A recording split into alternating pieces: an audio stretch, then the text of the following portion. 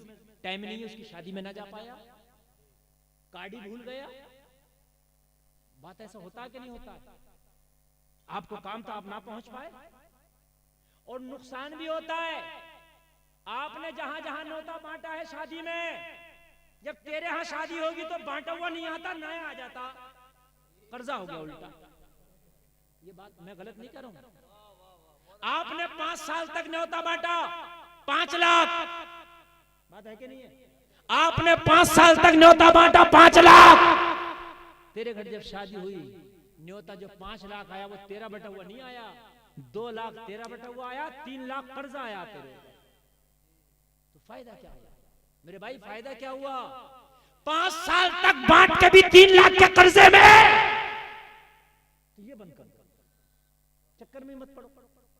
शादी और खाना लिमिट में करो, बात खत्म। लोग अगर ये कहें कि भाई नहीं की थोड़ी देर कहेंगे, लेकिन कर्जमंद में होकर तो ना मरेगा ना। ओ मेरे भाइयों, लेकिन अगर किसी मरीज की खैरियत के लिए जाओ तो 100, 200, 500 जरूर दे के आओ। ये अपनी आदत बना लो और उससे ये कह के आओ भाई खाने पीने के लिए दे के जा रहा हूँ, जो तेरा मन करे मंगा के खा लेना। अब उसके ऊपर है, चाहे उसका खा ले या दवा में लगा ले, मेरे भाई ये तेरी मदद हो जाएगी। तेरा भाई बिस्तर पे पड़ेगा, उसके बच्चों को कर्जा लेना नहीं पड़ेगा। क्या बात है भाई, जिंदाबाद जिंदाबाद। ये हमारी जिम्मेदारी होना चाहिए, हम एक मुसलमान होने के नाते ये अपनी आदत बनाओ। 100, 200, 500 जितने भी चाहो दिया उसके साथ। और कोशिश करो कि जिसकी खैरियत के लिए जा रहे हो उसके घर खाना भी ना खाएं। उसके घर अगर खाना आप खाएंगे तो मेरे भाई और बोझ हो जाएगा। एक आदमी के लिए, मेहमान के लिए अगर खाना आदमी बनाने लगे ना तो 2, 4, 500 यूं ही खर्च हो जाता है। और तुम खाना नाश्ता करोगे तो रोजाने के 2000 तो खाने पीने में उस गरीब के खर्च हो जाएंगे। तो तू खैरियत के लिए नहीं गया, बोझ बनने गया है। खाना अपने घर खाओ, खा के जाओ या वापस आके खाओ। मरीज के घर पे जाओ तो 100, 200 दे के आओ। क्या बात है, सुभान अल्लाह, सुभान अल्लाह। क्या मसला है यार, कैसे शोर मच रहा है? अजीब बेवकूफी है यार।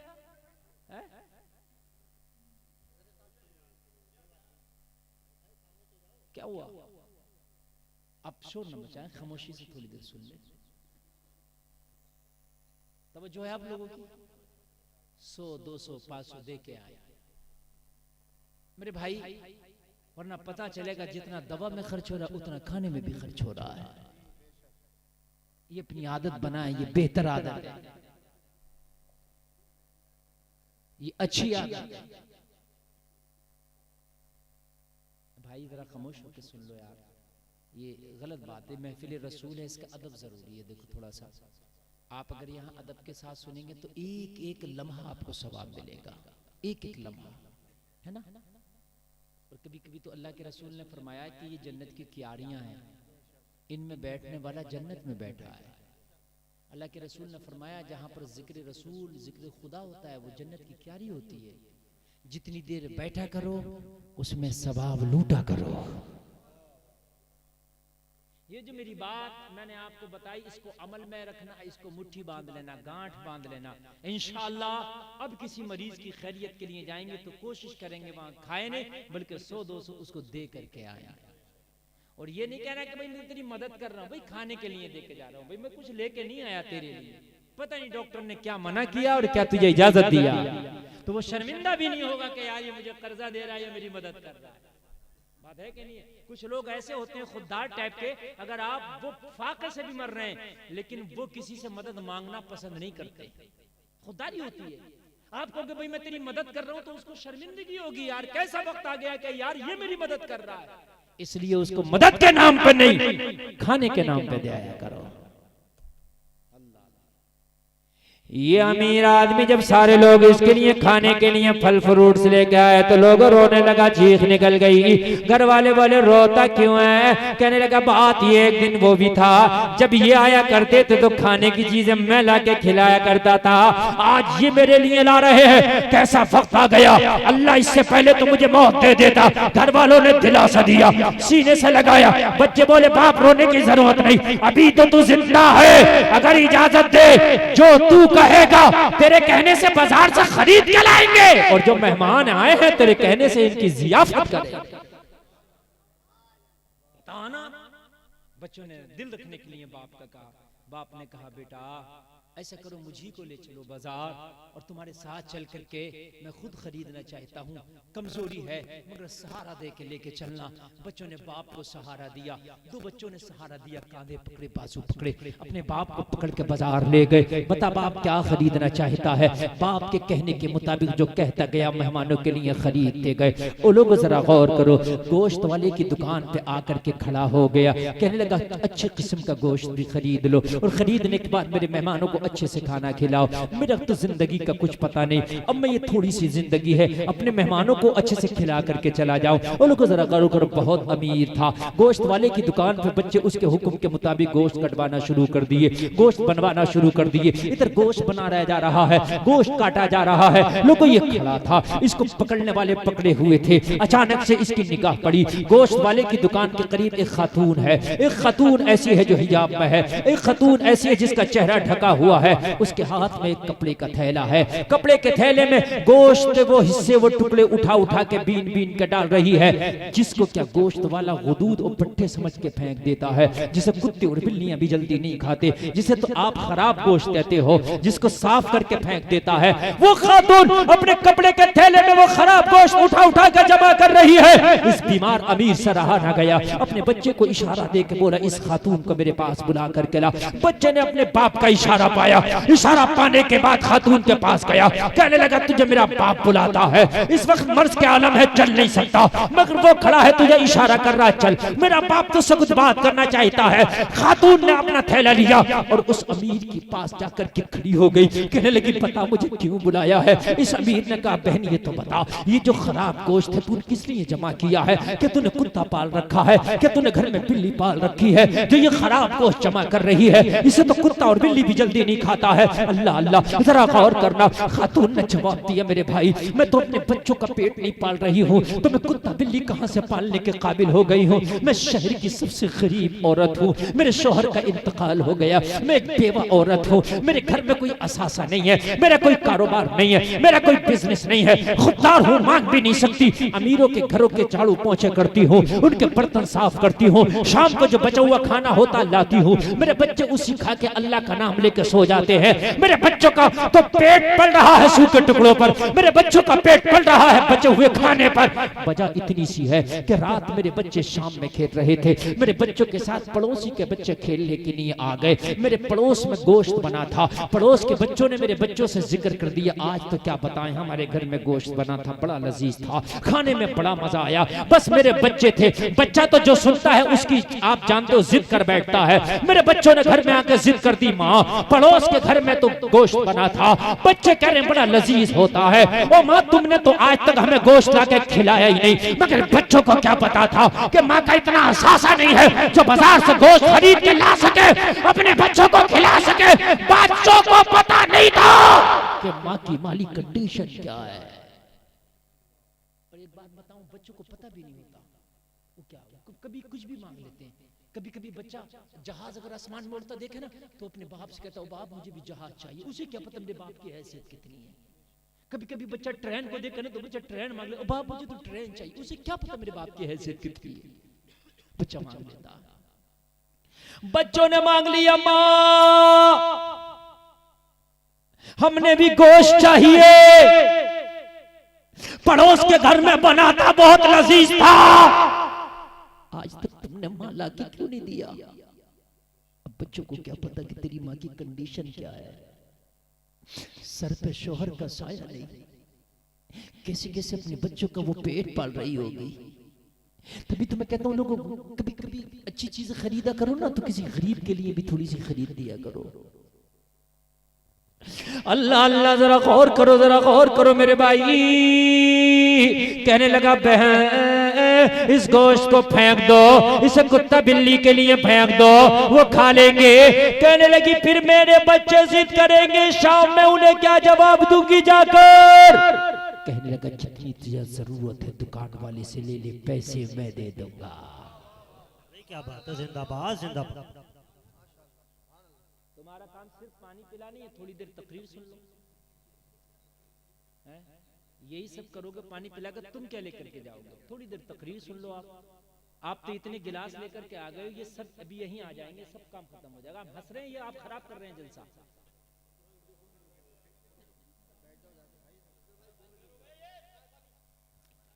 थोड़ी देर के लिए आप डिस्टर्ब ना बंद करो। इतना अच्छा जलसा आपका चल रहा है, इतना कामयाब जलसा चल रहा है, आप पानी लेके बैठ जाओ, यहाँ चाय लेके बैठ जाओ। देखो इंसान है, सबको चाहिए, जिसको नहीं चाहिए उसे भी चाहिए। थोड़ी देर आप भी सुन लो। बैठ जाओ बेटे, बैठ जाओ, शाबाश, बैठ जाओ। तवज्जो फरमाएं, एक बार दुरूद शरीफ पढ़े, अल्लाहुम्मा सल्ली अला सय्यिदना मौलाना मुहम्मद व बारिक वसल्लिम सल्लु अलैहि सलातु व सलाम अलैका या रसूलल्लाह सल्लल्लाहु ताला अलैहि वसल्लम। जोर से बोलो सल्लल्लाहु अलैहि वसल्लम। कहने लगा जितनी तुझे जरूरत है ले ले, तेरे हिस्से के पैसे मैं दे दूंगा। भाई मरीज हूं मैं, वैसे भी मेरी जिंदगी का कुछ पता नहीं, और तुझे तेरे गोश्त अगर एक वक्त का खरीदवा दूं तो भाई मेरा इससे कोई गुर्बत तो नहीं आ जाएगी। हाय हाय, उस खातून ने मना कर दिया। कहने लगी नहीं ऐसा ना कर, मुझे इसी को ले जाने दे, इसी को खिलाऊंगी। कहने लगा बहन जब पैसे मैं दे रहा हूं तो फिर इस पे जिद पे क्यों अड़ी हो? जब मैं पैसे दे रहा हूं तो ये जिद क्यों खराब खिलाऊंगी, अच्छा ना खिलाओ। कहने लगी ओ भाई अभी तक मेरे बच्चों ने अच्छा गोश्त नहीं खाया, आज तू पैसे दे देगा मैं अच्छा गोश्त जाके बच्चों को खिला दूंगी, लेकिन अगर कल मेरे बच्चों ने जिद कर ली तो खराब वाला नहीं खाएंगे, इसी को मांगेंगे फिर। क्योंकि अभी तक उन्हें पता नहीं अच्छा क्या होता खराब क्या होता है। और जब वो अच्छे की लज्जतों से आशना हो जाएंगे, जब अच्छे को पहचान लेंगे तो इस बुरे को नहीं खाएंगे, फिर कहां से ला के दूंगी। मरीज ने कहा बहन परेशान ना हो, जब जब तेरे बच्चे मांगा करे इसी दुकान से आके ले जाया करना, जब तक मैं जिंदा रहूंगा हिसाब मैं किया करूंगा, मैं मर गया तो अपने बच्चों से कह जाऊंगा तेरा हिसाब मेरे बच्चे किया। नारे तकबीर, नारे रिसालत, मसलके आला हजरत उलमाए अहले सुन्नत फैज़ाने सरकारे मदीना, नारे तकबीर, नारे रिसालत, जिंदाबाद जिंदाबाद। इसने भी दरिया दिली दिखाई, इसने भी दरिया दिली दिखाई। इसने भी सोचा अगर इसके बच्चे खाते रहेंगे तो कोई बात नहीं, मैं गरीब नहीं हो जाऊंगा, लेकिन इसके बच्चे कम से कम दुआई दे देंगे। अल्लाह अल्लाह, जरा गौर करो, खातून के बात समझ में आ गई, अब तो कोई मसला ही नहीं है। मेरे बच्चे जब जब जिद किया करेंगे इससे आके ले जाया करूंगी, और मैं ले जाया करूंगी, इसके नाम पे लिखवा जाया करूंगी। ये ने तो वादा कर लिया कि मैं हिसाब कर दिया करूंगा, मैं मर गया तो मेरे मरने के बाद में मेरे बच्चे हिसाब किया करेंगे। बात पक्की हो गई, और फिर चंद दिन के बाद तो मेरे बच्चे भी होशियार हो जाएंगे, और मेरे बच्चे होशियार हो गए तो फिर क्यों किसी का दिया खाऊंगी, वो खुद कमाने लग जाएंगे, खुद लाने लग जाएंगे, फिर मैं तो इस काबिल हो जाऊंगी कि मैं खुद दूसरों की मदद किया करूंगी। अल्लाह अल्लाह, लोग गौर करो, ये कह करके गोश्त ले गई, और ले जाने के बाद में अपने घर में बनाया, और बनाने के बाद में अच्छे से दस्तरखान सजाया, और दस्तरखान सजाने के बाद में बच्चों को बिठाया, छोटे छोटे लुक़मे अपने बच्चों के मुंह में देने लगी। और मेरे भाइयों, जिसने कभी इतना लजीज सालन ना खाया हो, आज जब बच्चे खा रहे थे तो उनकी खुशी का आलम नहीं था, खाते जा रहे थे, बल बल जाते जा रहे थे। और लोगों जरा गौर करो, बच्चे खाते चले जा रहे थे, जैसे ही हलक से लुक़मे उतर रहे थे, कह रहे थे माँ आज का तो सालन बहुत लजीज है, माँ आज का तो खाना बहुत लजीज है। किसने दिलाया है? माँ ने बताया बेटा एक बीमार था जो तुम्हारे लिए दिला के गया है। बच्चे खाते जा रहे थे, दुआ करते जा रहे थे, या अल्लाह उस बीमार को शिफा दे देना, या अल्लाह उसे अच्छा कर देना। बच्चों ने दुआ किया, रोजाना खाते जाते, दुआ करते जाते। जब जब इसका डॉक्टरों ने जो टाइम दिया था वो पूरा हुआ। ये मरा तो नहीं, अच्छा हो के बिस्तर से खड़ा हो गया। ये मरा तो नहीं, अच्छा हो के खड़ा हो गया। जहां दवाएं साथ छोड़ देती हैं वहां सदके काम आते हैं। सदका किया करो, सदका जरूर किया करो जिंदगी में। दिल इतना कंजूस नहीं होना चाहिए हमारा कि हम सदके से पीछे हटते हैं। जितना हो सके ज्यादा से ज्यादा, इससे गरीबों का भी भला होता रहेगा। रोशनी तो सब डाल दूंगा मैं, जो रोशनी डालना मुझे डाल दूंगा। हाँ, मैं अच्छा बोल रहा हूँ और ये लोग बहुत अच्छा सुन।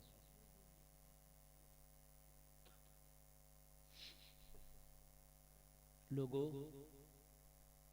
अच्छा हो गया, बीमारी दूर हो गई। ये मैं वो नुस्खा बता करके जा रहा हूं जो किसी डॉक्टर के पास नहीं है, किसी डॉक्टर के पास नहीं। मदीना शरीफ में ना एक हकीम ने दुकान लगा ली अपनी, बहुत दिन तक रहा लेकिन कोई मरीज ना आ पाया, कोई मरीज नहीं आया, परेशान हो गया। एक दिन नबी के सहाबी को पकड़ के बोला कि मदीना में कोई मरीज नहीं होता? कहने लगा पहले तो मरीज ही नहीं होते, क्यों? कहने लगे नबी की सुन्नत पे अमल करते हैं, सदका करके जिंदगी गुजारते हैं, है ना। हमारी जिंदगियां कुरान के मुताबिक गुजरती हैं, और कुरान के मुताबिक आप जिंदगी गुजार के देखो, खुदा की कसम मेरा तो ये मानना है कि बीमारियां आपके पास 99% आएंगी ही नहीं। आज मैं बहुत बड़ा एक नुस्खा बता जाऊं, हर बीमारी का नुस्खा आपको चाहते हैं बता जाऊं? इतना बड़ा नुस्खा बता के जा रहा हूं, खुदा की कसम 1 करोड़ का नुस्खा भी उसके मुकाबले फेल। वो करके देखना, करके देखना, वो बहुत आसान नुस्खा है। ये है बिना भूख के खाना नहीं खाना, चाहे ग़िज़ा कितनी भी अच्छी रखी। भूख लगे तो खाना खाना, और जब भूखे ही रह जाओ तो खाने से हाथ खींच लो, यानी पेट भर के खाना नहीं खाना। पेट के 3 हिस्से कर लो। जैसे आपने अगर 6 रोटी की खुराक है, 2 रोटी खाना, 2 रोटी के बराबर पानी, और 2 रोटी के बराबर खाली छोड़ दो। नहीं समझ रहे भाई? आपके बाइक की कैपेसिटी है 3 लोगों को ले जाने की, और इस पर 2 बैठेंगे तो आसानी से चलेगी कि नहीं चलेगी? भाई ये भी तो मशीनरी है, लीवर। आप खा के सोच रहे हो बैठ गए, तुम तो बैठ जाए तो लीवर नहीं बैठता, इसे पचाना पड़ता है। तुम तो खा के सो गए, तुम सोच रहे हो मैं तो भाई आराम कर रहा हूं, सो रहा हूं, तुम सो गए, वो नहीं सोता, उसको पचाना पड़ता है। अब मुझे बताइए, जब वो चलता ही रहेगा, चलता ही रहेगा, चलता ही रहेगा, तो जब ज्यादा चलेगा तो वो भी तो जल्दी काम में आएगा। ये बात है कि नहीं है? भाई उसको भी तो जरा हल्का रखो, और सेहत बनेगी, मेरी गारंटी है इंशाल्लाह सेहत बनेगी, अच्छी रहेगी सेहत। कोशिश करें इस चीज की जो मैं आपको बता रहा हूं, और यही मेरे नबी की सुन्नत है। मेरे नबी फरमाते हैं जब कुछ भूखे रह जाओ तो खाने से हाथ खींच लो, ये सुन्नत है। और सुन्नत समझ के अगर कुछ भूखे उठ गए तो इस खाने में 100 शहीदों का सवाब मिल जाएगा। मेरे नबी फरमाते हैं कोई मेरी एक छोटी सी सुन्नत को जिंदा करेगा तो 100 शहीदों का सवाब पाएगा। पहले के लोग बीमार कम होते थे, ये बात सही है कि नहीं? अच्छे बताओ, पहले बीमारियां कम थी कि नहीं थी? आज ज्यादा है। ब्लड प्रेशर, शुगर, ये और कुछ बीमारियां ऐसी लेटेस्ट आई हैं जो पहले होती नहीं थी। और पहले बीमारियां क्या होती थी यार? बुखार आ गया, बबूल में डेढ़ा मार दिया तो बुखार सही हो गया। खांसी हो गई, काली घोड़े की पैर के नीचे की मिट्टी खा ली तो भाई खांसी सही हो गई, है ना। और किसी को खांसी हो गई तो किसी ने डोरी कर दी, तागा बांध दी। ये ऐसा होता है, ये चाचा लोग बैठे बताएंगे, ऐसा होता था नहीं होता? सही हो गई। आज अगर खांसी हो जाए 8 दिन ना, हॉस्पिटल में जाओ, मेरे भाई एक्सरे करके देख रहा, फेफड़ों पे धब्बे आ गए और बात बढ़ गई, है ना। बुखार है तो जा नहीं रहा, डेंगू बन गया, उसमें ये बन गया, उसमें वो बन गया। यार जो नॉर्मल बीमारियां थी वो बहुत बड़ी हो जा रही है। वजह क्या थी? वजह ये थी कि पहले के लोग चाहकर भी पेट भर के खाना नहीं खा सकते थे, इतना मयस्सर ही नहीं होता था कि वो पेट भर के खाएं। हकीकत बता रहे हैं भाई, मयस्सर ही नहीं होता था। हमारे एक दादा थे, उनकी उम्र अच्छी खासी हुई, उनको इंतकाल करे हुए भी 20 साल हो गए, खानदानी दादा। तो वो उनकी उम्र भी रही होगी 80-90 साल। उनसे पूछा, कहने लगे हमारे जमाने में बेटा हम जब मजदूरी करते थे तो पहले तो बोले जो प्रधान, मुखिया, चौधरी, नंबरदार होते थे, जमींदार लोग, उनके घरों पे हम जाते रहते थे, भाई हमसे मजदूरी कराना। आज आपको देखना पड़ रहा है कि कोई लेबर वाला मिल जाए, पहले उसके घर पे जाए, भाई हमसे जरूर कराना। और बोले मालूम है किसके घर पे हम ज्यादा जाने की सोचते थे? बोले पहले ये होता था, एक चवन्नी मिलती थी या अन्ना उन्ना जो भी मिलता था मजदूरी में, और बोले प्याज के साथ 2 रोटी मिलती थी खाने के लिए। एक प्याज के साथ 2 रोटी मिलती थी। उसके घर मजदूर ज्यादा जाना चाहता था जिसके घर की औरत जरा रोटी भारी डाल के देती थी। इसके घर से जो रोटी आती है ना जरा भारी आती है, जरा सहारा हो जाता है। तो चंद लोग थे जो पेट भर के खाना खाते थे, वरना इतना मयस्सर ही नहीं था जितना आज एक घर में पैदा हो जाता है ना गल्ला, पूरे गांव में नहीं होता इतना। है कि नहीं मेरे भाई? तो बीमारियां भी नहीं थी, पेट भर के खाते नहीं थे। भूख से नहीं मरेगा, उल्टा सीधा खा के मर जाएगा। भूख से नहीं मरेगा, हाँ उल्टा सीधा खा के मर जाएगा। और मेरे भाइयों जरा गौर करो, भी टर्की में ज़लज़ला आया, आपने देखा कोई 100 घंटे में निकाला गया, कोई 50 घंटे में निकाला गया, 500 घंटे में मलबे से निकले और जिंदा निकले। 100 घंटे ना खा करके, 500 घंटे ना खा करके भी जिंदा रह गए। लेकिन जब पेट में गड़बड़ी होती है ज्यादा खाने से, उल्टा सीधा खाने से, तो मेरे भाई चंद मिनट नहीं लगते कि आंत बस्ट हो जाती है। सुन्नत के मुताबिक जिंदगी गुजारोगे तो जिंदगी आसान रहेगी, जिंदगी में मजे आएंगे, सुकून सुरूर आएगा। लोगों ये अच्छा हो गया, जैसे ही अच्छा हुआ घर वालों ने कहा चल उसी हॉस्पिटल लेके चलते, एक बार तेरा और चेकअप कराते हैं कि तेरा मर्ज खत्म तो नहीं हो गया। वो लोग जरा गौर करो, अमेरिका के उसी डॉक्टर के पास ले गए, ले जाने के बाद में नंबर लगा दिया, डॉक्टर ने पहचाना तो नहीं। 2-3 महीने पहले मरीज आया था, पहचान ना सका, डॉक्टर ने लोगों चेकअप किया, रिपोर्टें बाहर आई, डॉक्टर हाथ में रिपोर्ट लेके बोला घर चले जाओ, जो चाहो खाना, जो चाहो पीना, मजे लेना। कहने लगा डॉक्टर साहब मैं भी चंद दिन पहले आया था, तब भी आपने एक ही जवाब दिया था, घर जाओ, जो चाहो खाना, जो चाहो पीना। अब भी यही जवाब दे रहे। आदमी बिल्कुल अच्छा हो तब डॉक्टर कहता है जो खाओ पियो, और जो बिल्कुल लास्ट स्टेज पे होता है तब डॉक्टर कह देता भाई अभी से तो दवा फायदे नहीं करेगी, जो चाहो खिलाओ, जो चाहो पिलाओ। ये बात है कि नहीं?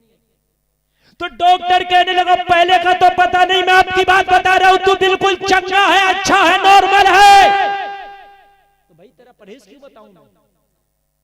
कहने लगा डॉक्टर साहब मैं तो लाइलाज मरीज हूं, मैं वो मरीज हूं जिसे आपने लाइलाज कर दिया था, मैं वो मरीज हूं जिसे आपने कह दिया था कि दुनिया में कोई डॉक्टर तेरा इलाज नहीं कर सकता, मैं वो। डॉक्टर कहने लगा कोई सबूत? थैले से पिछली वाली रिपोर्टें निकाली, इससे बड़ा सबूत ही नहीं हो सकता। और डॉक्टर ने जब पिछली रिपोर्टें देखी तो दिल में सुराख, अब की देखी तो दिल साफ, परेशान हो गया। यार इसकी तो दवाई नहीं बनी, इसका तो कोई इंजेक्शन ही नहीं बना, इसकी तो कोई टेबलेटी भी नहीं बनी, ये कहां से इलाज करा के आ गया? डॉक्टर हैरत में पड़ गया, माथा पकड़ के बैठ गया, कहने लगा आने वाले ये तो बता किस डॉक्टर की दवा खा के आया है? इसने जवाब दिया अभी किसी दुनियादार की दवा नहीं खाई, मदीने के ताजदार की दवा खा। क्या बात है, सुभान अल्लाह, सुभान अल्लाह, जिंदाबाद। मदीने वाले मुस्तफा का नुस्खा इस्तेमाल करके आया हूँ। बेस बढ़ाओ, थोड़ा बेस बढ़ाओ, ये रिपीट कम करो, कानों में लग रहा है, बेस बढ़ाइए इसका। मदीने वाले का नुस्खा इस्तेमाल करके आया हूं। कौन सा नुस्खा? कहने लगा मैं मदीने वाले का नुस्खा सदका इस्तेमाल करके आया। डॉक्टर कहने लगा मरीज, अगर तेरे नबी की एक बात पे अमल कर लिया जाए, खाली सदका कर दिया जाए, तो बड़े से बड़ा मरीज ठीक हो जाए, और मुकम्मल मजहब इस्लाम पे अगर अमल हो गया तो पूरी की पूरी जिंदगी सही हो जाएगी। अल्लाह अल्लाह, जरा गौर करो, जरा गौर करो। कहने लगा एक काम कर, हाथ बढ़ा दे, कलमा पढ़ा दे, दाखिले इस्लाम कर ले। वो लोगों जरा गौर करो, उस डॉक्टर ने जब हक्कानियत देखी, इस्लाम की, मुस्तफा के फरमान की बरकतें देखी, आगे बढ़ के कलमा पढ़ के दाखिले इस्लाम हो गया। कलमा पढ़ता जा रहा था और ऐलान करता जा रहा था, है कौले मोहम्मद कौले खुदा, फरमान न बदला जाएगा, बदलेगा जमाना लाख मगर कुरान न बदला।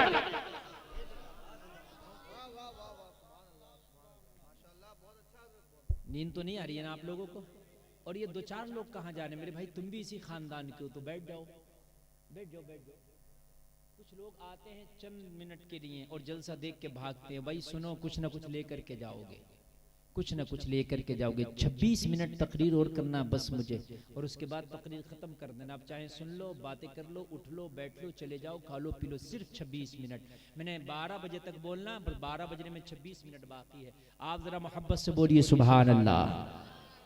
मैं अर्ज कर रहा था मेरे भाइयों, जब तक अल्लाह की मदद नहीं आती, जब तक काम नहीं बनता, जब तक अल्लाह की मदद नहीं आती, जब तक शिफा नहीं मिलती, अल्लाह ही मदद करता है।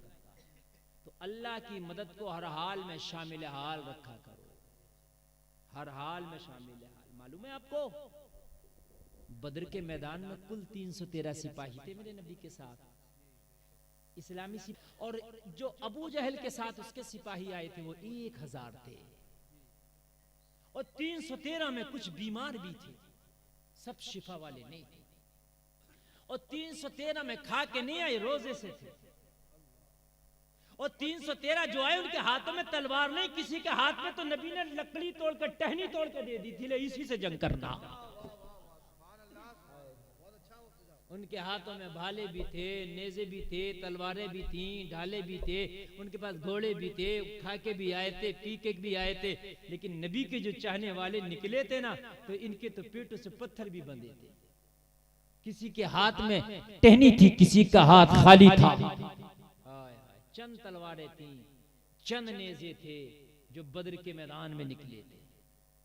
लेकिन मेरे भाइयों, मदद ऐसी आई, अल्लाह कुरान में फरमाता है वलक़द नसरकुमुल्लाहु बिबद्रिन व अंतुम अज़िल्ला। अल्लाह ने बद्र में तुम्हारी ऐसी मदद की, ऐसी मदद की कि तुम निहत्ते थे। अल्लाह ने तुम्हारी ऐसी मदद की कि अल्लाह ने तुम्हें कामयाबी का सेहरे से नवाजा। सुभान अल्लाह, सुभान अल्लाह। बहुत खूब भाई, जिंदाबाद। थोड़े ना देखा करो और हालात भी ना देखा करो, यार मेरे हालात ऐसे, मेरे हालात ऐसे। अल्लाह अगर मदद करने पे आ जाए ना, तो कमजोर हालात वाला भी कामयाब हो जाता है। अल्लाह की मदद है। फिरौन कितना बड़ा बादशाह था मालूम है आपको? शायद पता नहीं। उसने ऐलान किया था अना रब्बुकुमुल आला, मैं ही खुदा, खुदाई का दावा कर दिया था। लोगों कितना बड़ा हुआ बादशाह था, पूरे मिस्र पे उसकी हुकूमत थी, किसी की ताकत नहीं थी उसकी आंख में आंख डाल के बात करे, उससे मुकाबला करे। लोगों मालो दौलत में इतना था कि लोगों, उसका खजाना मशहूर है पूरी दुनिया के अंदर, अपने आप को खुदाई का दावा कर बैठा था, लोगों से इबादत कराता था, सजदे कराता था, खुदा हूँ, खुदा हूँ, मैं खुदा हूँ। वो लोगों कोई नहीं था जो उसकी आंख में आंख डाल के बात करता। मेरे भाइयों जरा कान खोल कर सुनना, अल्लाह की मदद ऐसी होती है। एक दिन फिरौन के पास आके फिरौन का नजूमी बोला, उसका फाल खोलने वाला, जो फाल खोलते ना, पहले नजूमी लोग होते थे, फाल ये सब सितारे उतारे देखते थे। आने के बाद में कहने लगा, ओ फिरौन तेरे सितारे अच्छे नहीं चल रहे। कहने लगा क्या हुआ? कहने लगा एक बच्चा अब ऐसा पैदा होने वाला है मिस्र में जो तेरी हुकूमत की ईंट से ईंट बजा देगा। एक ऐसा बच्चा पैदा होने वाला। मैं बता रहा हूँ अल्लाह की मदद। आप सोचते यार मैं तो बड़ा कमजोर हूँ, यार मैं तो बड़ा गरीब हूँ, ऐसा नहीं है। और सही बात बताओ, फिरौन भी बहुत गरीब आदमी था, बहुत कमजोर था, ये बहुत गरीब था। इसको इतना नहीं कमा मिलता था कि ये अपना पेट भर ले, इसको इतना नहीं कमा मिलता था कि ये अपना पेट भर ले। और फिर अल्लाह ने इसे बादशाह बना दिया, और जब बादशाह बनाया तो फिर ये फिरौन खुदा का दावा कर दिया। अल्लाह नवाज नहीं कहा जाता। नुजूमी बोला तेरे सितारे गर्दिश में है। बहुत से लोग अभी सितारे बताते हैं। कहने लगा क्या हुआ? कहा मिस्र में एक बच्चा पैदा होने वाला है जो तेरी सरकार गिरा देगा, तेरी हुकूमत की ईंट से ईंट बजा देगा। फिरौन कहने लगा मैं खुदा हूं, मेरे खुदा होते हुए कोई बच्चा मेरा मुकाबला करे? मगर अल्लाह चाहे तो बच्चा भी कर ले, अगर अल्लाह चाहे तो बच्चा भी कर ले। अल्लाह अल्लाह। फिरौन ने हुक्म दे दिया मिस्र के अंदर जितने भी बच्चे हैं सबका कत्ल कर दो। जब बच्चा ही नहीं होगा तो मेरी ईंट से ईंट कौन बजाएगा, मेरी हुकूमत कौन गिराएगा, मेरी सरकार कौन गिराएगा? लोगों, लेकिन अगर अल्लाह करने पे आ जाए तो कौन रोक सकता है? और मेरे भाइयों जरा गौर करो, ईंट से ईंट बजा दी गई। लोगों, एक एक बच्चे को कत्ल कर दिया गया। मिस्र के अंदर कोई बच्चा बाकी ना बचा, सबको कत्ल। लेकिन अल्लाह जिसे रखे उसे कौन चखे? हैं? करबला के मैदान में हुसैन के पूरे घर को शहीद कर दिया गया था, सिर्फ इमाम ज़ैनुल आबिदीन बचे थे। हैं? आज दुनिया में करोड़ों सैयद हैं, हैं? लेकिन यजीद की कोई औलाद मिलती है कहीं? बताइए आप मुझे, कोई आपको कहीं मिला यजीद की नस्ल से? कहीं नहीं मिला, लेकिन सैयद आपको हर जगह मिल जाएगा। अरे बन के फानूस जिसकी हिफाजत हवा करे वो शमा क्या बुझे जिसे रोशन खुदा करे। अल्लाह रोशन करने वाला है तो कुछ यकीन अल्लाह की जात पे भी तो होना चाहिए ना। यकीन कमजोर नहीं होना चाहिए, है ना? यकीन कमजोर नहीं होना चाहिए। अभी आपने देखा होगा चंद दिन पहले, 2-3 दिन हुए, मेरे हवाले से एक बड़ी खतरनाक वीडियो वायरल हुई। आपने खुद देखा होगा, पूरी इंडिया ने देखा। मैं तो बाहर था, घर भी नहीं था। मैंने अल्लाह से दुआ की, अल्लाह अगर वाकई ये झूठ है तो भी इसका पर्दाफाश कर दे। 2 दिन नहीं हुए, यकीन मान के देखना, खुदा की कसम, झूठ का झूठ और सच का सच, दूध का दूध, पानी का पानी हो गया। अल्हम्दुलिल्लाह आप लोगों की दुआओं से मामला आज वो बिल्कुल फर्जी निकला, झूठ निकला, साफ हो गया। अल्लाह मदद करता है। और कुछ लोग ऐसे होते हैं बेगुनाही में भी फंस जाते हैं। मगर हमारे मुसलमान भाई, अल्लाह इन्हें अकल दे। कुछ लोग तो बड़ी तकलीफ होती है, उन्हें दुआएं किया, यार मुफ्ती साहब पे गलत इल्जाम है। और कुछ लोग ऐसे भी हैं कि अब फंसे अब मजा आएगा, है ना? मगर मेरे भाइयों, वो दिन दूर नहीं, अगर आज मैं फंसा हूं तो कल आप भी फंस सकते हैं। अगर मेरे खिलाफ कोई गलत प्रोपेगेंडा कर सकता है, जिंदगी आपकी कल आपके खिलाफ भी हो सकता है। फिर मत चीखना, समझ रहे? फिर मत चीखना, अल्लाह की पकड़ आती है सब पर। मेरे भाइयों, अल्लाह की पकड़ सब पर आती है। सब फर्जी निकला मामला, बिल्कुल सरासर। अब जो आदमी कोई तरक्की करता है, मशहूर होता, तो जाहिर सी बात है मेरे भाई, रही इल्जाम की बात, तो इल्जाम किस पर नहीं लगाया गया? हजरत यूसुफ पे इल्जाम लगाया गया। 12 साल कैद खाने में आप, हजरत यूसुफ पे इल्जाम लगा और 12 साल कैद खाने में रहे। क्या नबी खता कर सकता? ख्वाजा बख्तियार काकी पे लगाया गया, इमाम मालिक को कोड़ों से मारा गया। और मेरे भाई, मेरे नबी की मुकद्दस बीवी, मुसलमानों की मां अम्मी आयशा पे इल्जाम लगाया गया। मैं कोई छोटी मोटी बातें बता रहा हूं, ये उलमा बैठे, वो हार वाले मामले में नहीं लगाया गया था अम्मी आयशा पे इल्जाम। लग सकते हैं सब पर, लेकिन मेरी कौम बड़ी ईमान की कमजोर हो गई। अगर किसी के बारे में सुने ना तो फौरन उसको फॉरवर्ड करेगी, एकदम करेगी। पहले उसकी तहकीक किया करो। अल्हम्दुलिल्लाह, मैंने तो रब से दुआ की, मौला तू खूब जानता है कि मेरे दिलों में क्या है, और तू हाल सबको जानता है।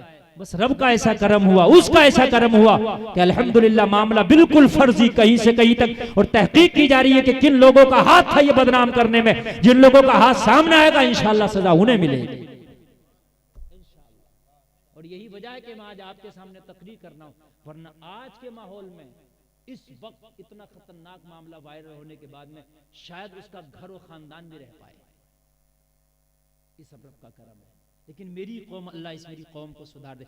ज्यादातर 90% लोगों को तकलीफ हुई, दुआएं की, समझ रहे हैं आप? उन्होंने कहा नहीं यार ये गलत है, ऐसा तो हो ही नहीं सकता, ये तो वीडियो से जाहिर हो रहा है कि ये गलत बयान दिया जा रहा है। लेकिन 5%, 10% लोग ऐसे थे जो इसमें आग में हाथ तापने की कोशिश कर रहे थे। अल्लाह ताला उन्हें हिदायत दे। मैं तो यही कहूंगा, इसलिए कि बुरा वक्त किसी पर भी आ सकता है, और जब तक किसी चीज की तहकीक ना हो जाए ना, उसमें आप अपना बयान नहीं दे सकते। शरीयत ने गवाह किस लिए रखे? इसीलिए तो रखे कि भाई पहले तहकीक करो, गवाही दो। हाँ, तहकीक करो, गवाही दो। ये शरीयत है, गवाही मांगती है शरीयत। खैर, ये बुरा वक्त था, टल गया आप लोगों की दुआओं से। अल्लाह ऐसा बुरा वक्त किसी पे न लाए। मैं अर्ज कर रहा था, अभी क्या अर्ज कर रहा था, वो अपनी तकरीर में बात आ गई तो मैंने बयान कर दी। मैं अर्ज कर रहा था आपके सामने, हाँ, बच्चा पैदा हो। याद रखा करो मैं क्या सबक दे रहा हूँ आपको। अल्लाह मदद करने पे आ जाए, ये मैं कह रहा था। अल्लाह मदद करने, मैं ये कह रहा था, अल्लाह मदद करने पे आ जाए। उसकी मदद बहुत बड़ी है, खुदा की कसम, मैंने मुशाहिदे किए, उसकी मदद बहुत बड़ी है। सारे बच्चों को कत्ल करा दिया गया, कोई बच्चा ही नहीं बचा। फिर उस फाल खोलने वाले नुजूमी को बुलाया, अब बता मेरे सितारे कैसे? कहने लगा तेरे सितारे अब भी गर्दिश में है। कहने लगा जी मामला है। और भाई तू कहता है कि एक बच्चा पैदा होगा, तेरी हुकूमत गिरा देगा, मैंने सारे बच्चों का कत्ल करा दिया, अब कौन गिराएगा? कहने लगा सितारे बता रहे हैं जो बच्चा तेरी हुकूमत गिराएगा उसे भी तू कत्ल कर ही नहीं पाया। हाय हाय यार, जोर से बोलो ना सुभान अल्लाह। जिसे अल्लाह बचा दे उसे कौन मारेगा? जिसे अल्लाह बचा दे उसे कौन मारेगा? अभी उसे तू नहीं मार पाया, होपलेस हो गया, बहुत ज्यादा परेशान, अपना सिंहासन गिरता हुआ किसी को भी बर्दाश्त नहीं होता। कहने लगा जो बच्चे हैं सबको मार दिया। उसके सिपाहियों ने आकर खबर दी, हमने ढूंढ ढूंढ के मारा है, घरों में घुस घुस कर बच्चों को देख देख के हमने कत्ल कर दिया, कोई नहीं मिला। ये सब जो बातें मैं बयान कर रहा हूं ये सब कुरानी वाक़ई है। आप कुरान में पढ़ेंगे, तफसीर में सब मिलेगा।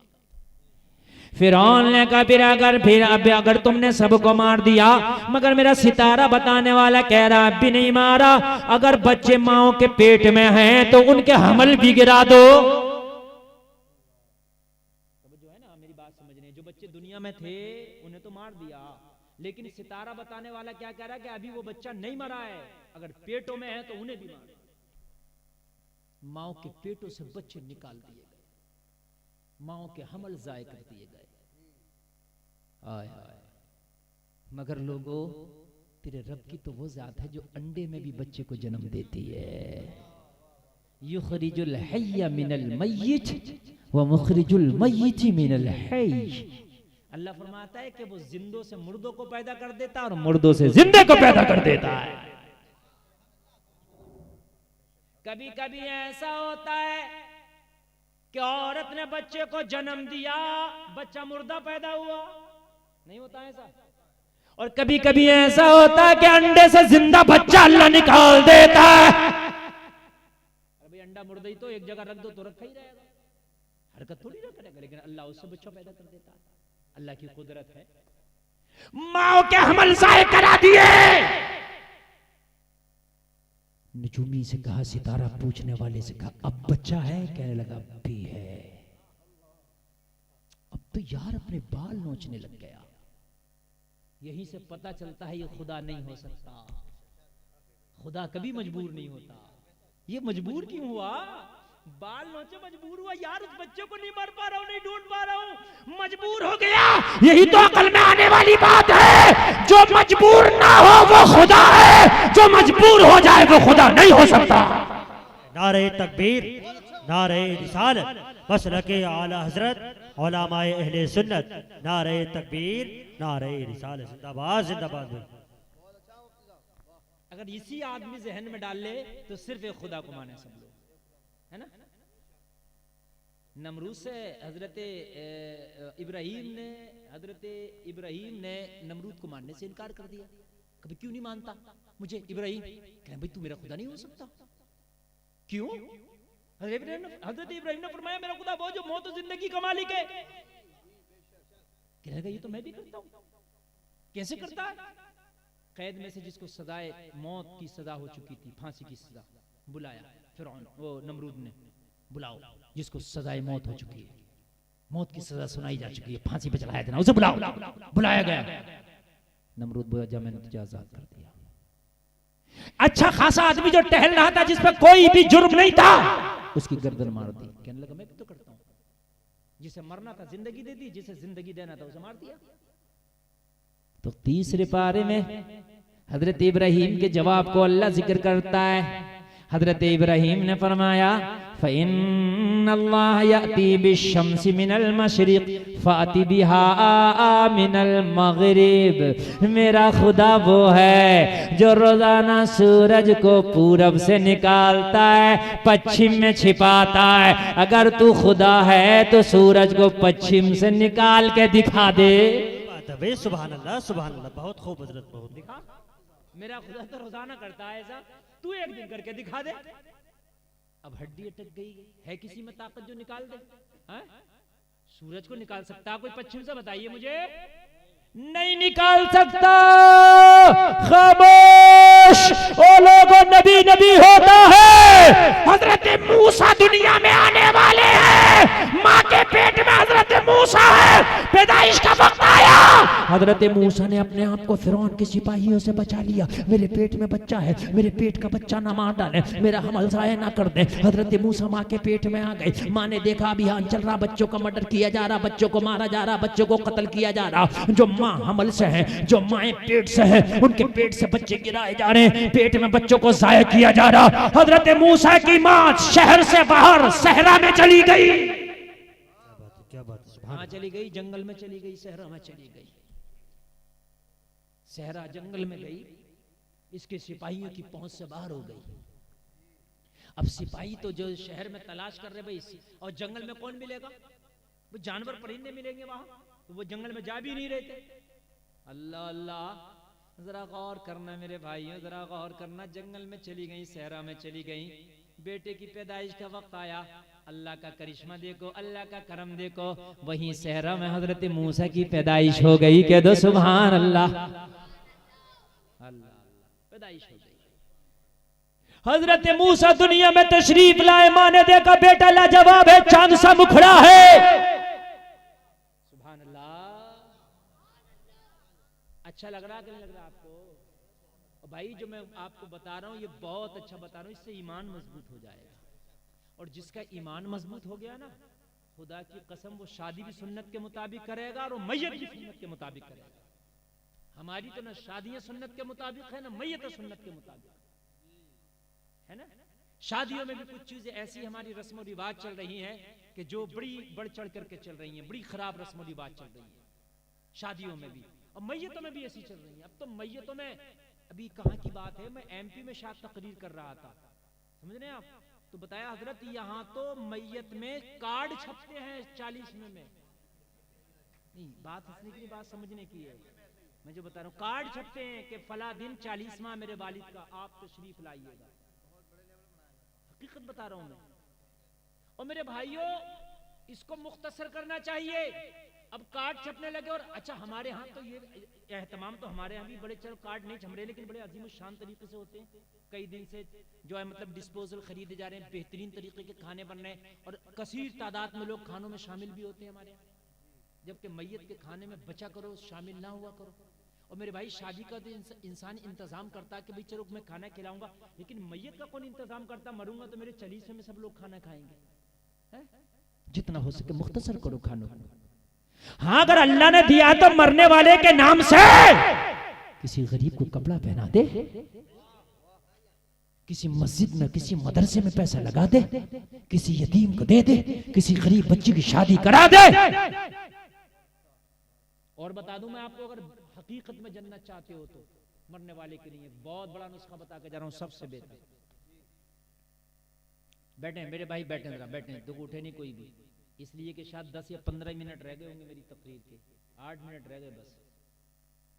1.5 घंटा तकरीर हो जाएगी, पता नहीं चलता कि 1.5 घंटा किधर गुजर गया। तुम चाहे मज़े में गुजार दो, भागने में गुजार दो, मेरी तो तकरीर 1.5 घंटा बहुत लंबी हो जाती है। मैं सोच के बैठा था, और बहुत कामयाब आपका जलसा अल्हम्दुलिल्लाह ये। और 1.5 घंटे के बाद आप सोचोगे हजरत तो मज़ा आ रहा और सुनाइए, लेकिन फिर आपको मज़ा आएगा, फिर मुझे नहीं मज़ा आएगा, इसलिए मुझे अब मज़ा आ रहा, आप सुनिएगा। मैं जो अर्ज़ कर रहा था, सबसे बेहतर नुस्खा, अगर किसी का इंतकाल हो जाए तुम्हारे घर में, सबके घर में होते हैं, सबको मरना है, बाप दादा भी सबके जाते हैं, आप किसी मदरसे में जाना, ए भाई बेटा बात मत, कहाँ जाना, जोर से बोलिए, मदरसे। उस मदरसे में जाना जिसमें बाहर के बच्चे रह करके पढ़ते हो, वहीं रहते हैं हॉस्टल में, और उस मदरसे के मुदर्रिस से, मौलाना से, हाफिज से, कारी से कहना हजरत आपके मदरसे में कौन सबसे गरीब बच्चा, उसका बताओ, उसको पता होगा ये है। कहना हजरत मेरे बाप का इंतकाल हो गया है, अपने बाप की तरफ से इसका टोटल खर्चा मैं उठाता हूं, लेके खाने से, पीने से, कपड़े से, लत्ते से, बिस्तर से, पढ़ाई से, सारा खर्चा। हजरत अगर इसका महीने में बच्चे का 1000 रुपए, अच्छा ये मदरसे में पढ़ने वाले बच्चे गरीब ज्यादा खर्च भी तो नहीं करते, कितना खर्च करते होंगे, 1000 बस महीने में, इससे ज्यादा नहीं कर पाएंगे।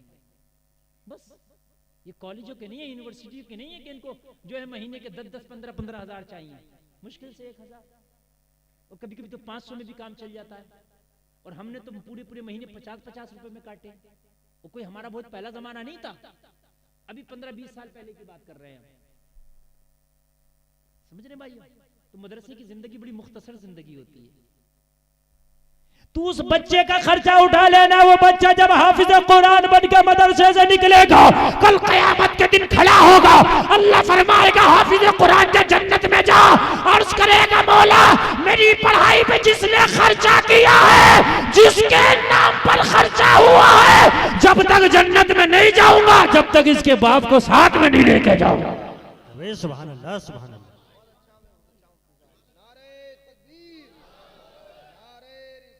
या रसूल अल्लाह। जब तक नहीं जाऊंगा, और इनको राइट होगा, इजाजत होगी कि ये चाहे तो बख्शिश करा ले, अल्लाह ऐसा किया कर, ये बहुत बेहतर काम है। ये जो खुराफातों में हम शादियों में और मैयतों में सब कर देते हैं ना, जितने बदखर्चियां और जितने हाई फाई खाने, हाथ फाई डेकोरेट और ये हाई फाई सब कर देते हैं मेरे भाई, ये सब यही खा के लोग पचा के खत्म कर देंगे। लेकिन अगर किसी मदरसे के बच्चे की पढ़ाई में तुमने ना मदद कर दी, तो जब तक वो जिंदा रहेगा, एक एक लफ्ज पे मरने वाले को सवाब मिलेगा। वो मर गया, वो अपने शागिर्दों की टीम छोड़ जाएगा, कयामत तक उसके शागिर्द चलते रहेंगे, हर हर लफ्ज पे तेरे मरने वाले को सवाब मिलता रहेगा। सदक़े जारिया है मेरे भाई, ये सदक़े जारिया है। और इस तरह से मदरसे में बच्चों में पढ़ना आसान हो जाएगा, है ना, आसान हो जाएगा। हाय हाय, हजरत मूसा पैदा हो गए, तशरीफ ले आए, बात को समेट के जल्दी से हम आपके सामने पेश करें। माँ ने देखा मेरा बच्चा बहुत प्यारा है, बगैर से शहर में ले जाऊं तो अभियान चल रहा है। क्या अभियान चल रहा है? बच्चों को कत्ल करने का। मेरे बच्चे को देखते ही मार दिया जाएगा, मेरे बच्चे को देखते ही इसकी गर्दन मार दी जाएगी। माँ थी, माँ होती है मेरे भाई। वो कहने लगी अगर मैंने जंगल में छोड़ा तो यहां तड़प तड़प के मर जाएगा। एक बात जहन में आई, किसी टोकरी में किसी पटले पर रख करके इसको दरिया के हवाले कर देती हूँ, इसलिए कि अगर शहर लेके जाऊं तो मेरे सामने इसकी गर्दन काटी जाएगी, मेरा दिल फट जाएगा, है ना। और अगर मैं जंगल में छोड़ जाऊं तो कोई दरिंदा खा जाएगा, भूख से तड़प तड़प के मर जाएगा। लेकिन किसी टोकरी में करके अगर दरिया में डाल दो तो ये बहता बहता चला जाएगा। दोनों चांसेस हैं, या तो मर भी जाएगा या फिर कहीं बच भी जाएगा, दूर निकल जाएगा, इस सरहदों से दूर निकल जाएगा, मिस्र की सरहदों से दूर निकल जाएगा। और दरिया को एक मुल्क में थोड़ी चलता है, दरिया तो अगर शुरू हुआ तो पता नहीं कहां से आ रहा, वो कहां जा रहा है। भाई बात है कि नहीं? दरिया तो बहुत लंबा, कई कई मुल्कों तक एक एक दरिया होता है। दरिया नील बड़ा मशहूर दरिया। माँ ने सोचा फिर तो 50-50 चांस है, मर भी सकता है, और अगर कहीं दूर निकल गया इस मुल्क की सरहदों से तो किसी के हाथ लग गया तो बच भी सकता है। तो चांसेस इसमें ज्यादा है, जंगल में छोड़ने में बचने के चांस नहीं है, शहर ले जाने में बचने के चांस नहीं है। एक टोकरी मिली, टोकरी में थोड़ा घास फूस रखा, अपने बच्चे को रख दिया, बच्चे को रख के दरिया के हवाले कर दिया। पानी बह रहा था, बहाव की तरफ टोकरी बहने लगी। हाथ उठाए अर्ज की, मौला मैंने तेरी अमानत तेरे हवाले की, मौला अब तू जाने तेरा मूसा जाने। सुभान अल्लाह, सुभान अल्लाह।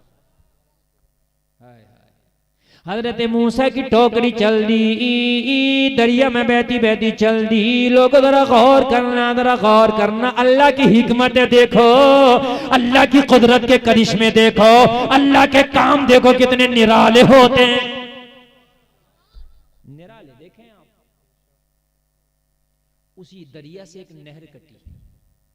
दरियाओं से नहर कटती देखी है आपने? कभी नहीं देखी? देखी होंगी। हर दरिया से छोटी छोटी नहरें करती हैं, सिंचाई का काम करती हैं।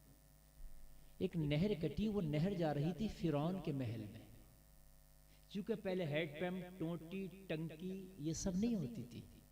पानी की जो खपत और जो पूर्ति होती थी वो नदी, नाले, चश्मे, नहरों से होती थी।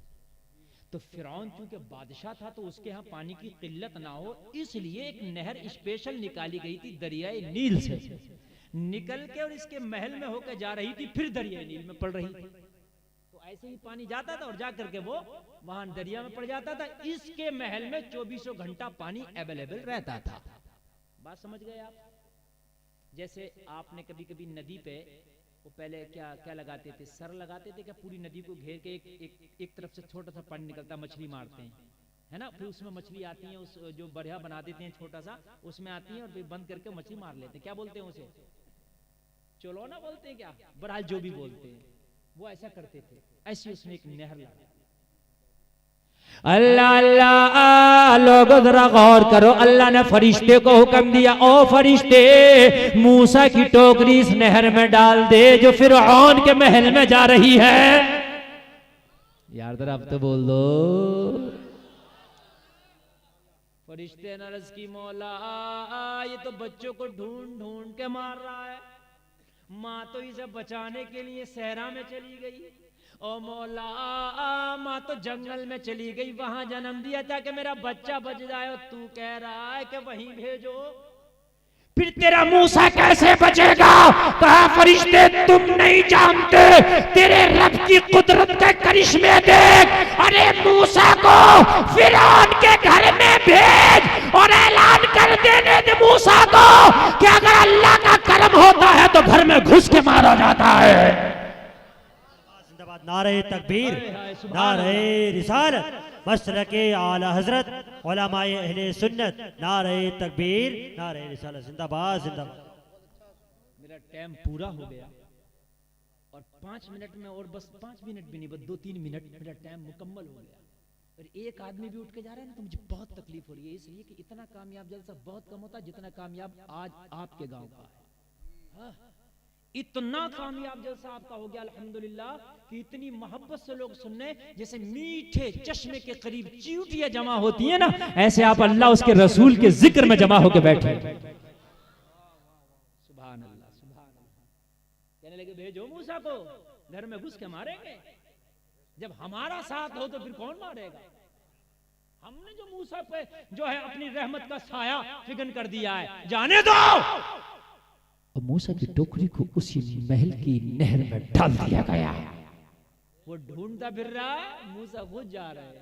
आय आय आय, तू ढूंढ रहा है, तूने उन्हें कत्ल करा दिया, उन्हें कत्ल करा दिया कि जो तुझसे जो खतरा नहीं था और जिससे खतरा है वो खुद जा रहा है। अल्लाह अल्लाह, तवज्जो है। अब जरा गौर करें, फिरौन के महल में जब टोकरी पहुंची और हजरत मूसा ने अपना आवाज निकाला, और इसको तो बच्चे को देख के जाड़े आ रहे थे, क्योंकि बच्चा ही इसके ख्वाबों में आ रहा था। बच्चा बता दिया था ना, अब तो बच्चा ही इसके लिए खतरनाक। अगर आपको कोई ये कह दे भाई कि भाई आप ये चीज खा के मर जाएगा, तो फिर वो चीज आपके सामने आएगी तो आपका रोंगटा खड़ा हो जाएगा ना। ये चीज नहीं, ये बात है कि नहीं? अभी बच्चा आ गया, अब तो इसके रोंगटे खड़े हो गए, हालत खराब। सारे अमले अधिकारियों को इकट्ठा किया, कहने लगा मैंने तो अभियान चलाया था कि ये बच्चा रहने ना पाए, ये बच्चा कैसे जिंदा रह गया, वो भी मेरे महल में बहता बहता आ गया। तुम्हारी खैर नहीं है, तुम्हारी गर्दनें मार दी जाएंगी। तनख्वाह किस बात की देता हूँ, सैलरी किस बात की देता हूँ, तुम्हारी गर्दनें मार दी जाएंगी। ओ जलसे में आने वालों, सारे अधिकारियों ने मीटिंग की, कोई ना कोई बहाना बनाओ वरना जान को हमारी खतरा है। सबने कहा फिरौन कहां चक्कर में पड़ा है, हमने तो तेरे शहर के सारे बच्चों का मर्डर कर दिया, सारे बच्चों का कत्ल कर दिया था, मगर सुन सुन, जो नजूमी ने बताया है वो यही तो बताया है कि मिस्र में पैदा होने वाला बच्चा तेरी हुकूमत की ईंट से ईंट बजाएगा। कहा हाँ हाँ यही बताया है। तो कहने लगा दरिया क्या पता कहां से आ रहा, ये बच्चा मिस्र का थोड़ी है, तो किसी और मुल्क से आ रहा। हिकमत से काम, तू जो खतरा ले रहा है, नुजूमी ने क्या बताया कि तेरे मुल्क में पैदा होगा, और हमने मुल्क में कोई बच्चा छोड़ा ही नहीं, तो ये उस मुल्क का नहीं है। दरिया क्या मालूम कहां से आ रहा है, किस मुल्क का बच्चा है। बात समझ में आ गई, कहने लगा बात तो सही है। तो कहने लगा यह चीज जल्दी निकालो यार, नहर से निकालो, पूरे मुल्क से बच्चे साफ हो गए, बच्चे का चेहरा देखने का बड़ा मन कर रहा। इससे खतरा नहीं है, इससे खतरा कुछ चीजें होती है ना शुगर फ्री, है ना, उसको आदमी खा लेता है मीठा मगर शुगर फ्री, ऐसा होता कि नहीं होता। भाई ये बच्चा है मगर खतरा फ्री, मगर उसे पता नहीं था कि खतरा इसी में है ना। निकाला, निकाल के कहा इस बच्चे का ट्रीटमेंट करो, इसकी तबीयत खराब नहीं होनी चाहिए, मगर जिसकी तबीयत अल्लाह अच्छी रखे उसे कौन खराब करे। हकीमों ने चेकअप किया, डॉक्टरों ने चेकअप किया, कभी बिल्कुल स्वस्थ है बच्चा, नॉर्मल है। कहने लगा नॉर्मल है तब इसकी खुराक का इंतजाम करो। काय का इंतजाम करो? अब बच्चा क्या खाता है, जोर से बोलो। और पहले जमाने में ना डब्बे का दूध होता था, ना फीडर होता था, माँ का दूध, और जिसकी माँ नहीं होती थी, दाई आपका एकदम जहन काम कर रहा।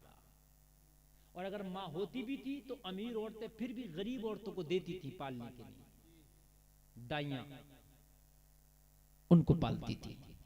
मेरे नबी को दाई हलीमा ने दूध पिलाया था, है ना। कहने लगे किसी दाई का इंतजाम करो, किसी दूध पिलाने वाली औरत का इंतजाम करो ताकि बच्चे की खुराक का इंतजाम हो जाए। लोगों फिरौन के महल में सारी औरतों को बुलाया गया जो दाइयां थी, दूध पिलाने का काम करती थी। हजरत मूसा को जब गोद में लेती, दूध पिलाती, तो ये किसी के पिस्तान को मुंह नहीं लगाते। मैंने पीना ही नहीं है किसी का, 1 2 3 4 5 सबने ट्राई किया, किसी को मुंह नहीं लगाया।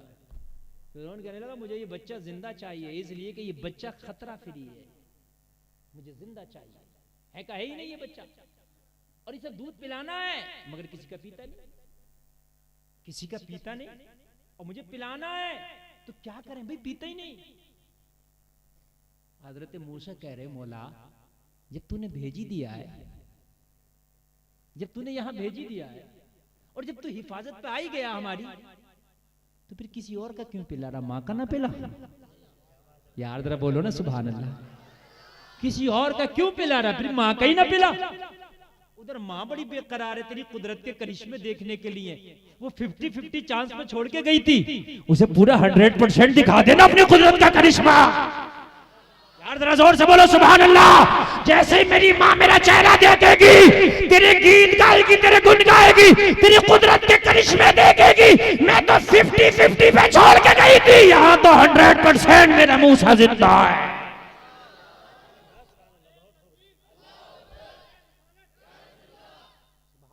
सुभान अल्लाह। आए हाय मेरे भाइयों, इतने में हजरत मूसा की खाला या उनकी माँ की सहेली उसी महल में थी। उसने कहा कि मेरी बहन है, बड़ी पाक साफ रहती है, वो बड़ी पाक साफ रहती है, ये बच्चा भी बड़ा नफासत पसंद है, बड़ा बच्चा नफासत पसंद रखता है, जो किसी के दूध को मुंह नहीं लगाता, पिस्तान को मुंह नहीं लगाता। एक काम कर फिरौन, अगर तेरी इजाजत हो तो अपनी बहन को लाऊं बुला के, उसको ट्राई करके देखते हैं। और वही हजरत मूसा की सगी माँ थी। है, कैसे कैसे रब लाता है, कैसे कैसे हालात बनाता है, कैसे कैसे अपने बंदों को नवाजता है, उस पर यकीन कामिल रखो। ओ मेरे भाई, जब माँ को बुलाया गया, खबर भेजी गई, महल में आके जब देखा ये तो मेरा मूसा है, दिल में बोली मौला मैं सदके जाऊं तेरी रहमत पर। ओ मौला, अगर तू चाहे तो दरियाओं में भी बच्चों की हिफाजत कर सकता है। और दरिया में बच्चे की हिफाजत, बड़े की हिफाजत मुश्किल हो जाती है, लेकिन यहाँ बच्चे की हिफाजत। दूध पिलाया और फिरौन ने दूध पिलाया और ऊपर से पैसा दिया। हाय, कहा तू ही पिलवा दूध और तेरा ही ये काल बनेंगे। और जब हजरत मूसा मुख्तसा जवान हुए और जब आपने ऐलान नबुव्वत किया तो यही मुखालिफ बन बैठा। फिर इसने क्या क्या न किया, जादूगरों को बुलवाया, इतने इतने बड़े जादूगर आए, उन्होंने बड़े बड़े सांप बनाए हजरत मूसा को निगलने एक ही बार।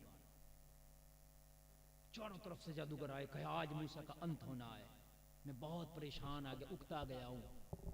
लोगों जरा गौर करना, जादूगरों ने बड़े बड़े जादू से सांप बनाए, हजरत मूसा की तरफ आए, ऐसे तो एक बार में निकल जाते। हजरत मूसा ने अपने रब को पुकारा, मौला मेरी मदद फरमा। कहा मूसा परेशान ना हो, हमारी रहमत का साया तेरे ऊपर है, हमने कभी तुझे तनहा नहीं छोड़ा, तुझे दरियाओं में तनहा नहीं छोड़ा, तो आज जादूगरों के दरमियान में कैसे तनहा छोड़ देंगे। ओ मूसा, जो तुम्हारे हाथ में आसा है वो इन सांपों की तरह फेंक दो। छोटे से डंडे को आसा कहते हैं, हजरत मूसा के हाथ में रहता था। लोगों, हजरत मूसा ने अपना हाथ में लेने वाला डंडा, अपना आसा लोगों उन सांपों की तरह फेंक दिया। अल्लाह की कुदरत का करिश्मा देखो, अल्लाह के करम से वो इतना बड़ा अजदहा बना, इतना बड़ा सांप बना, वो उन सांपों को भी खा गया और सांप बनाने वाले जादूगरों को भी खा गया। अल्लाह की रहमत पे यार कुर्बान जाओ। कहाँ हो लोगो, तुम तो बेटू नमाज पढ़ेंगे तो यार वक्त खराब होगा, और भाई दुकान कौन चलाएगा, उसकी रहमत पे क्या बिल्कुल यकीन नहीं रहा। नमाज पढ़ने में अगर 1 घंटा निकल भी गया, 5 टाइम की नमाज में 1 घंटा, तो अल्लाह ताला बरकत इतनी कर देगा कि 100 घंटों में भी इतनी बरकत नहीं होगी, है ना, बरकत इतनी कर देगा।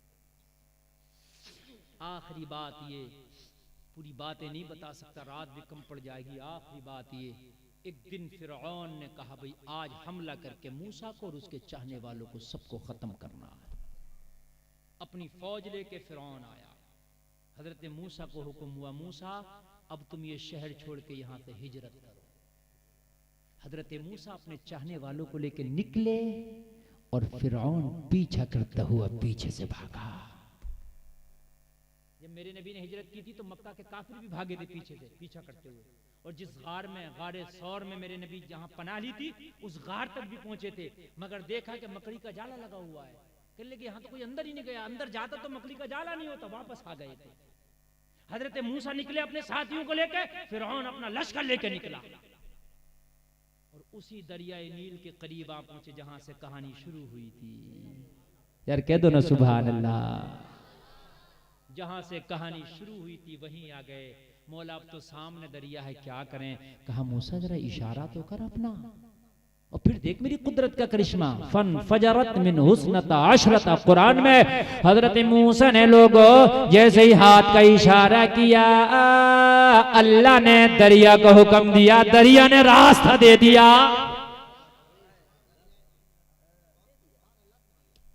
फट गया दरिया, आधा इधर आधा उधर। वो कहा मूसा मैंने रास्ता दे दिया, निकलो। कुछ लोग सवाल करते हैं, मस्जिद के इमामों से बेचारों को परेशान करते हैं, ऐसे सवाल ना किया करो। हजरत वो कौन सा दरिया है कि जिसकी तह ने तरी ने सूरज को देखा पानी के होते हुए, जो आज तक कभी सूखा भी नहीं। दरिया नील कभी नहीं सूखा, कभी नहीं सूखा। हजरत वो ऐसा कौन सा दरिया जो कभी सूखा भी नहीं और उसकी तरी ने सूरज की धूप को देखा। तो आदमी का पता, जब पानी इधर फट गया इधर फट गया और बीच में रास्ता हो गया तो उसने देख लिया, वो दरिया नील ने देखा। हजरत मूसा गुजर रहे हैं, फिरौन पहुंच गया, ये बीच में ये आ गया। वो गुजरने वाले और ये इस किनारे पर। देखा रास्ता तो है ही, वो तो था ना फटा हुआ। और जब ये निकल सकते मैं क्यों नहीं निकल सकता? जब पता नहीं ये नबी है, तू गद्दारे नबी है। यही पुल सरात पे होगा, वफादारे नबी गुजर जाएंगे, गद्दारे नबी फंस जाएंगे। यही पुल सरात पे होगा। जब फिरौन आया, फिरौन ने अपने लश्कर को दरिया में डाला तो रब ने फरमाया, ओ दरिया, मैंने तो मूसा के लिए हुक्म दिया था, फिरौन के लिए नहीं दिया था। दरिया बोला, मौला मैं तो तेरे हुक्म के सहारे हो, मूसा को निकाल दिया, इसका क्या करना? कहा इसे दबोच ले, इसे दबोच ले। बस दरिया एक हो गया, दबोचा। अब जब दबोचा होगा तो इसका हाल क्या हुआ होगा? अब जब दरिया में गर्क हुआ, डूबने लगा, तब कह रहा था आमन्तु बिरब्बि हारून व मूसा, मैं मूसा हारून के रब पे ईमान लाया। लेकिन मेरे भाई, मौत के वक्त का ईमान कहाँ काबिल कबूल है? लोगों, अल्लाह की रहमत पे भरोसा रखो, उसकी ज़ात पे यकीन कामिल रखो। अल्लाह ही शिफा देने वाला है, अल्लाह ही कामयाबी देने वाला है, अल्लाह ही बरकतें देने वाला, अल्लाह ही बिगड़े हुए कामों को बनाने वाला है। कहने सुनने में कोई खता हुई है, तौबा करता हूँ, मौला माफ फरमाए। सारे लोग कलमा शरीफ पढ़ें, ला इलाहा इल्लल्लाह मुहम्मदुर रसूलुल्लाह, इस्लाम जिंदाबाद, वमा अलैना इल्लल बलाग। अस्सलामु अलैकुम।